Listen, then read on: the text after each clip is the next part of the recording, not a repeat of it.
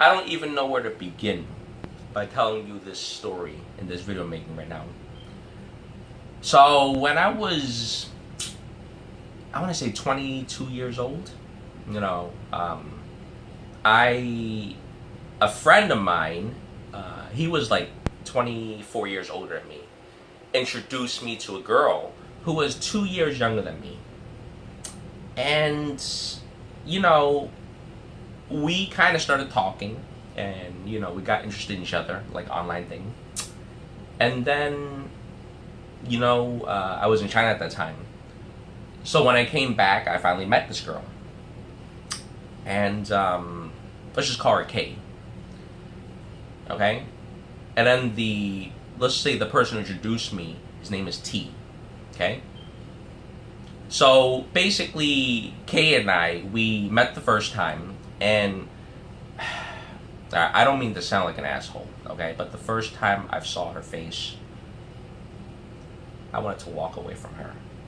Like, alright, I'm sorry, that was very insensitive, but it's the truth of the matter. Whew. Anyway, swallow my pride. And I just got to know her, you know, and we had a hard time, like, talking, compatibility, and she, you know, was looking for open relationship, you know, and I, for whatever reason, you know, sometimes people, they're funny, they're desperate, right? So it was probably that. And I admit it. It got with her. So, relationship was rocky, but, you know, it is what it is. I mean, it was so difficult to even have a conversation with her that, like, if I was talking right now the way I'm talking to you, watching this video, that conversation wouldn't even have gone as far as now.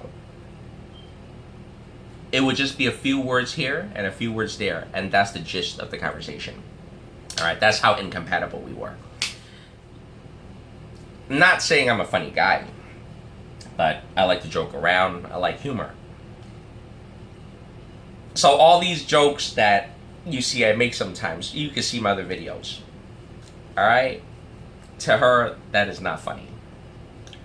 What's funny to her is a circle with something inside of it. I actually took a long time to figure that joke out for her.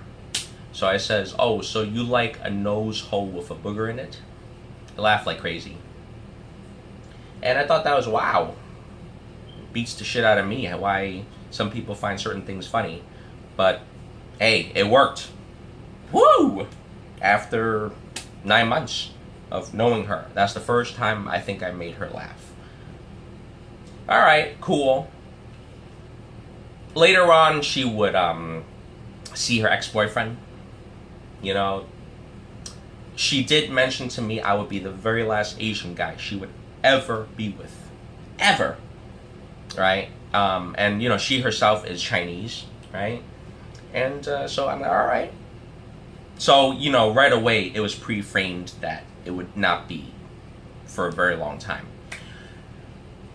So at the time, you know, she was a virgin. And so, you know, me being her first, I felt like the responsibility of not taking advantage of her or not, like, being true to her and loyal and all that other great stuff, even if she was to be in an open relationship, right? Because that's how I felt personally, my duty. All right, cool. So things started, you know, I guess getting worse because incompatibility just leads to distance and decay. You know, it could be toxic, you know. And so, you know, there was a time that T, who introduced me, he at the time was my best friend. he was teaching me how to drive in his car. And, sometimes he would joke around saying, oh, Alex, you young guys are into that loyalty stuff, not sharing your women. And to me, it's not just young people. It's a belief or, practice or known fact that people, would not share their partners, for disease purposes, for, faithfulness, for, whatever you want to call it, it's, but I doubt most people like to share their partners, all right? Anyway, about, I guess the 5th driving lesson he was teaching me, he finally, asked me, Alex, what do you think if I went out with Kay? So, remember, Kay is 3 years younger than me at the time. She was, I think she was 20. He is 24. 40. I'm sorry. He's 47.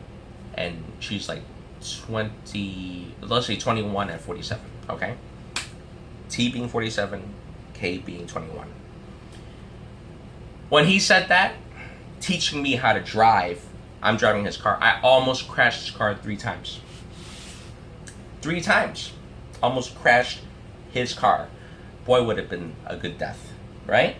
Would you not agree? For those who understand where I'm coming from.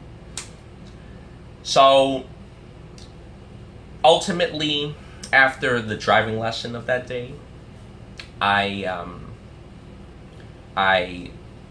could not say yes or no because obviously I don't know what's been happening behind the scenes.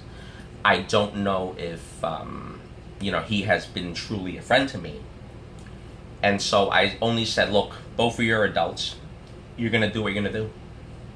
And there's nothing I can say or do about it. You asking me is really bullshit.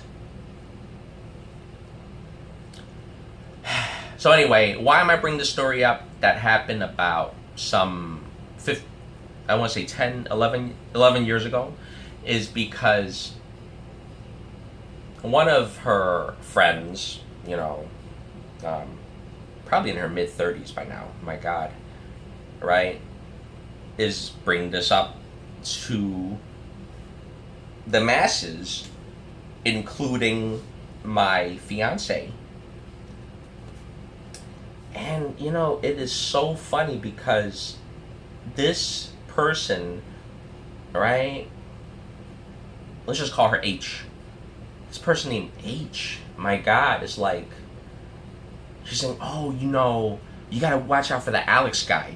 He has a bad reputation in Chinatown. All the people knows what he did. He cheated on Kay. Are you for real? So Kay has said all these lies to H, right? Not even being a real friend. And then H asked my fiance, right?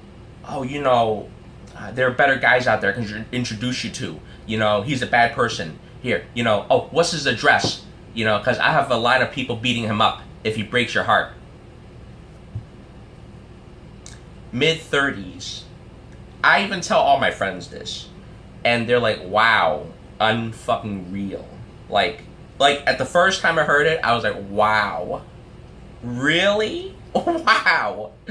This is legendary, man. Wow. Super dramatic, exaggerated queen. Wow. Wow. And you need her permission to wow. What a fucking nut job.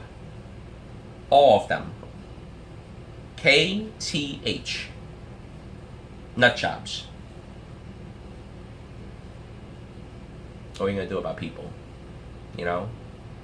People living a lie. People believing imaginary things and letting it manifest. And I keep telling you, it's toxic. Get with the real world. Get with the real world. Not your fucking imagination. Don't make me fucking laugh. Thank you.